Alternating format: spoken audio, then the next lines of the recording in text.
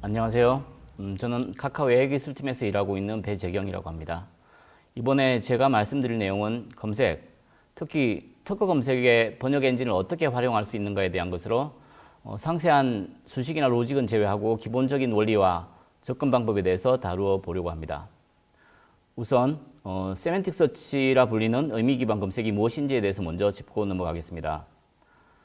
세맨틱 서치를 명확하게 정의하기는 힘들지만 두 가지 주요 기준이 있습니다. 첫 번째는 지리의 형태로 사용자가 몇 개의 키워드를 입력해서 그 키워드를 포함하는 문서를 찾는 방식이 전통적으로 검색에서 사용해온 방식입니다. 이에 반해서 세맨틱 서치 같은 경우는 키워드보다는 구문이나 문장 또는 문서 전체를 지리로 사용을 합니다. 그리고 두 번째는 지리와 문서 사이의 유사도 계산 방법으로 기존에는 키워드가 얼마나 많이 매칭되었는지를 통해서 문서와 지리가 얼마나 유사한지를 계산했다면, 세맨틱 서치에서는 키워드가 정확히 일치하지 않더라도 그 키워드와 그 지리와 비슷한 단어 또는 어구 또는 문장 등이 자주 나타나는 문서의 점수를 많이 주는 방식입니다. 결국은 지리와 더 의미적으로 유사한 내용을 포함하는 문서를 찾는 방식이라고 볼 수 있습니다.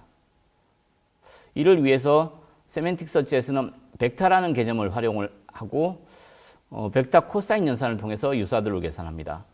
벡터에 대해서는 잠시 후에 조금 더 자세히 설명을 드리겠습니다. 검색 관련해서 다양한 이슈가 있겠지만 특허 검색의 경우도 키프리스에서 이미 두 가지 검색 방식을 지원을 하고 있습니다. 여기서 보시면 전통적인 키워드 검색을 통해서 원하는 문서를 찾고 있는 것을 확인할 수 있는데요. 지리로 BLDC 전동기라는 키워드를 입력을 했습니다. 그런 경우에 이 두 키워드를 포함을 하고, 그리고 이 키워드 사이에 거리가 짧은 문서들의 점수를 높여주는 방식으로 결과가 상단에 위치하게 됩니다. 보통 우리가 포털에서 사용하는 검색 엔진과 유사한 방식이라고 보시면 되겠습니다. 그리고 이번 장에서는 문장 검색이라고 불리는 인터페이스를 통해서 문장 또는 문서 전체를 지리로 사용해서 유사한 문서를 검색하고 있는 장면인데요. 실제 정확한 내부 동작은 제가 알 수가 없지만 최소한 지리 형태로 봤을 때는 세맨틱 서치에 가깝다고 볼 수 있습니다.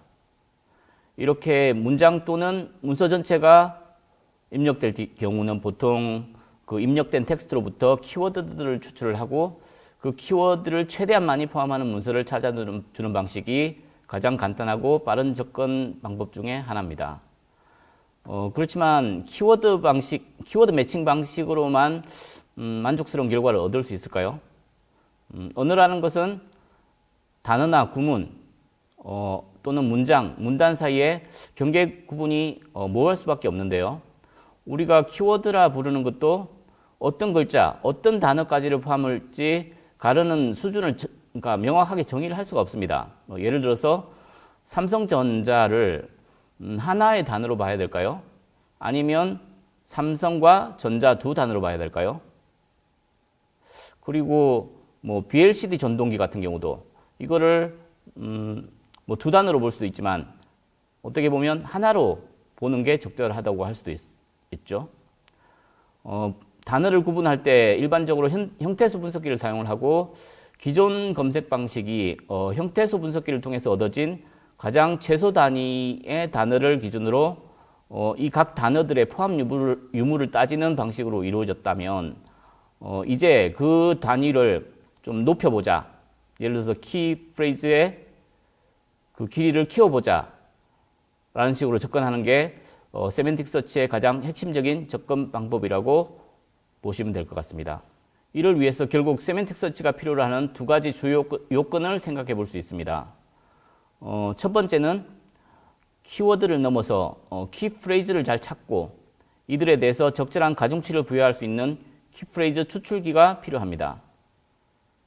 기존의 BLDC 전동기가 두 개의 키워드로 이루어지고 각 키워드의 출현을 통해서 검색 여부가 결정되었다면, 세맨틱 서치에서는 BLDC 전동기를 하나의 키프레이즈로 다루고 이 키프레이즈와 유사한 키프레이즈를 포함하는 문서를 찾는 방식이 됩니다. 예를 들어서 문서에 꼭 BLDC 전동기가 나오지 않더라도 BLDC 모터 또는 브러시리스 모터 또는 브러시리스 DC 전동기라는 문구가 포함되어 있으면 높은 점수를 주는 방식입니다. 이렇게 키프레이즈의 길이를 키워나가면 결국은 점점 그 의미 기반의 검색에 가까워진다고 볼 수 있습니다. 그렇지만 현실적으로는 기술적인 한계 때문에 그 길이에 제약이 있을 수밖에 없는데요. 보통 한 10단어 넘어가면 사용하기에 적절치 않게 됩니다. 그리고 두 번째는 이렇게 추출된 키프레이즈에 벡터 값을 부여해주는 인코드가 필요합니다. 두 개의 프레이즈가 얼마나 유사한지 계산하기 위해서는 각 프레이즈를 숫자, 정확히는 여러 개의 숫자로 바꿔줘야 되는데 이렇게 여러 개의 숫자로 바뀐 걸 보통 벡터라고 부릅니다. 이렇게 숫자로 변환을 해줘야 합니다. 숫자화된 벡터 값이 얼마나 의미를 잘 내포하고 있는지가 결국은 세맨틱 서치의 성능에 가장 큰 영향을 줍니다. 토크 문서에서 추출된 키프레이즈와 이들에 대한 벡터는 대략 이 화면에서 보시는 것처럼 이렇게 생겼습니다.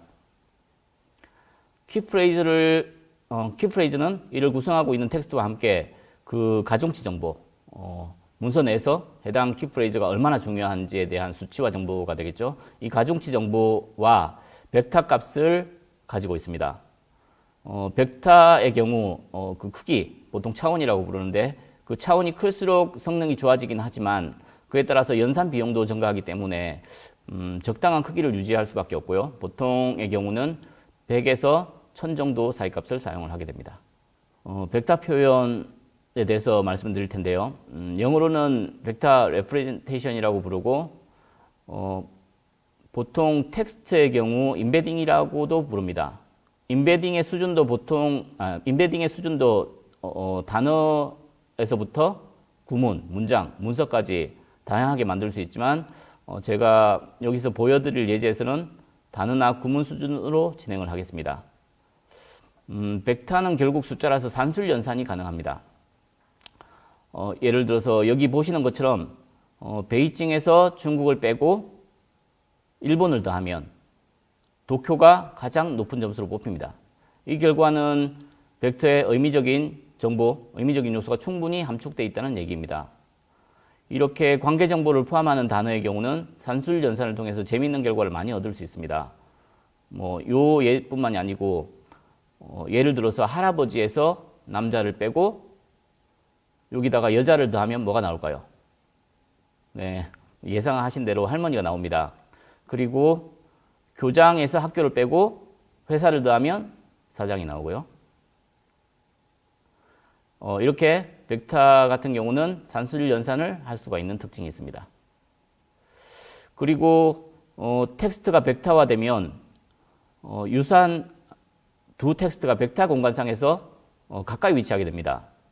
시각화를 위해서 벡터의 차원 또는 크기를 3이라고 가정하면 여기 보시는 그림처럼 3차원 공간에 그 벡터들이 위치하게 되는데요.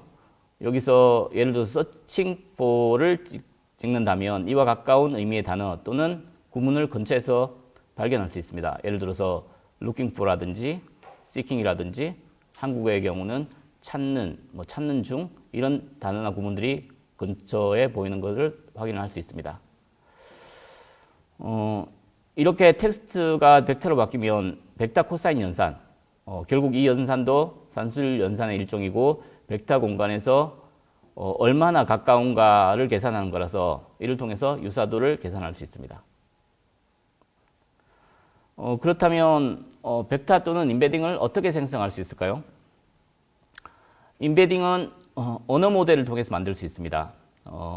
언어 모델은 보통 이제 영어로는 랭귀지 모델이라고 부르는데 보통 뉴스라든지 책, 블로그, 백과 등 다양한 출처로부터 얻어낸 텍스트 데이터를 기반으로 문장 내에서 특정 단어를 지운 뒤에 그 단어를 잘 맞추도록 학습시키는 기계학습 알고리즘의 일종입니다.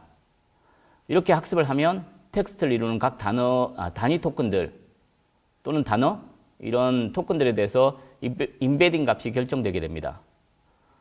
그리고 단어 수준을 넘어서는 이제 문장이라든지 구문이나 문장 같은 경우는 그 문장을 이루는 각 단어별 임베딩 값들의 합산 또는 평균 정도로 처리하는 것이 일반적입니다. 아직까지 이번 발표의 제목에 들어있기도 한 번역 모델에 대한 언급이 없었는데요. 드디어 번역 모델의 역할에 대해서 말씀드릴 시간이 되었습니다. 번역 모델은 일종의 언어 모델이라고 볼 수 있습니다. 다른 점은 기존의 언어 모델이 단일 언어로 이루어졌다면 이제 번역 모델 같은 경우는 병렬 말뭉치, 영어로는 이제 페럴 코프스라고 부르는데 이 페럴 코프스를 사용한다는 점이죠. 그리고 풀어야 할 문제도 빈칸에 단어를 맞출 때 주변 단어가 주어지는 것이 아니라 번역할 원문과 이미 번역된 단어들이 주어진다는 점입니다. 페르코프스를 통해서 학습된 번역 모델은 모노링굴 데이터 기반의 언어 모델에 비해서 훨씬 더 넓은 맥락과 구조화된 관계를 학습해야 되기 때문에 모델의 구조와 학습 방법도 복잡합니다. 그리고 크기도 커져야 되고요. 그렇지만 그만큼 성능이 우수합니다.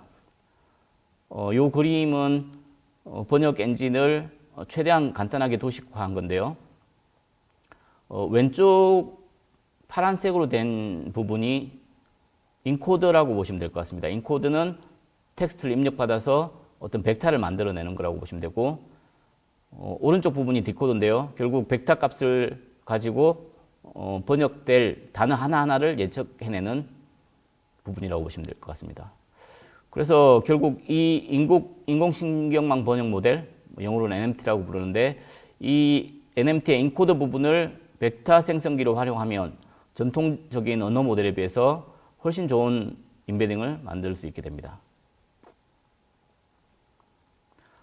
그럼 이제 의미 기반 특허 검색이 어떻게 이루어질 수 있는지 정리를 해보겠습니다. 먼저 문서로부터 키프레이즈를 추출을 하고 각각에 대해서 가중치를 부여합니다. 그리고 키프레이즈 추출을 여기서 키프레이즈 추출을 위해서 사용할 수 있는 아이디어는 되게 많지만 이 부분은 지금 우리가 다룰 핵심 주제는 아니므로 넘어가겠습니다. 그리고 두 번째로 이제 키프레이즈, 이렇게 추출된 키프레이즈를 벡터화해야 합니다. 이 벡터화를 위해서는 언어 모델을 활용할 수 있는데 좀 더 나은 벡터 값을 벡터를 만들기 위해서는 NMT 인코더를 활용할 수 있습니다. 이렇게 각 문서별로 키프레이즈와 이에 대한 벡터 값이 구해지면 이제 두 문서 간의 유사도를 계산할 수 있습니다. 그리고 전체 유사도 계산은 각 프레이즈별로 유사도가 적정값 이상인 경우에 이 유사도와 각 프레이즈별 가중치를 서로 곱해서 합산을 해주면 됩니다. 그리고 모든 검색 대상 문서에 대해서 유사도 점수를 계산한 뒤에 이들을 정렬을 하면 우리가 원하는 최종 결과를 얻을 수 있습니다. 이 화면에서 보시는 결과는 키워드 포함해서 키프레이즈 수준에서 유사도가 높은 이 프레이즈 쌍들이 얻어진 결과에 대한 예시입니다. 보시면 완전히 동일한 경우는 유사도가 1.0으로 계산이 되었고요. 1.0 이외의 경우는 보시면 이제 0.8 내지 9 이런 값들이 보이실 텐데 동의어 형태도 보이고 띄어쓰기만 다른 형태도 보이고 단어 순서가 바뀌었지만 유사한 의미를 가지는 경우, 이런 경우 포함해서 다양한 형태의 유사 구문들을 확인할 수 있습니다. 아마 이 결과만 보셔도 기존의 키워드 매칭 방식 대비 벡터 유사도 기반의 검색이 필요한 이유에 대해서 어느 정도는 이해를 하실 수 있을 거라고 생각이 듭니다. 이제 마지막으로 한계와 전망에 대해서 말씀드리고 마무리하겠습니다. 최근 기계학습 또는 딥러닝 방법을 통해서 기존에 풀기 힘들었던 문제들이 많이 풀리고는 있지만 여전히 한계도 명확합니다. 검색 도메인 같은 경우는 특히나 AI를 통해서 개선될 수 있는 부분이 제한적인 문제 중 하나입니다. 왜냐하면 검색은 사람도 잘 못 푸는 문제이고요. 그리고 대규모의 반복적인 계산이 더 적합한 특성을 가진 문제이기 때문입니다. 범위를 좁혀서 두 문서 간의 유사도를 판단하는 문제로만 한정 짓는다 하더라도 두 가지 정도 큰 문제가 있는데요. 첫 번째는 키프레이즈의 길이가 길어지면 결국 벡터 값의 정확도가 또 낮아지기 때문에 일정 길이 이하의 프레이즈만을 사용할 수밖에 없고, 이 말은 결국은 사람에 비해서는 더 좁은 영역의 컨텍스트만으로 결과를 판단해야 된다는 말입니다. 그리고 키프레이즈의 가중치를 어떻게 부여할지도 아직 명확한 방법론이 없기 때문에 이 부분도 많은 연구와 실험이 필요한 상황입니다. 기계학습 알고리즘 발전으로 다양한 업무에서 자동화 효율화가 이루어지고 있습니다. 그렇지만 AGI, 보통 강인공지능, 우리말로는 강인공지능이라고 부르는데, AGI가 나오기 전까지는 기계가 사람을 완전히 대체할 수는 없고, 특히 유사 특허 검색 도메인 같은 경우는 전문 인력이 지금과 유사한 방식으로 업무를 진행할 수밖에 없습니다. 특히 이는 특허 검색뿐만이 아니고 번역이라든지 음성인식 등 대부분의 AI 도메인에서 유사하다고 볼 수 있습니다. 그리고 AGI는 저 포함해서 대부분의 AI 과학자들이 단기간에 도래할 것으로 예상하지는 않는데요. 그래서 기계는 지금처럼 보조 역할을 더 충실히 하는 방향으로 발전해 나갈 것으로 예상이 됩니다. 네, 지금까지 번역 엔진이 유사 특허 검색에 어떻게 활용될 수 있는지에 대해서 설명을 드렸고요. 지금까지 들어주셔서 감사합니다.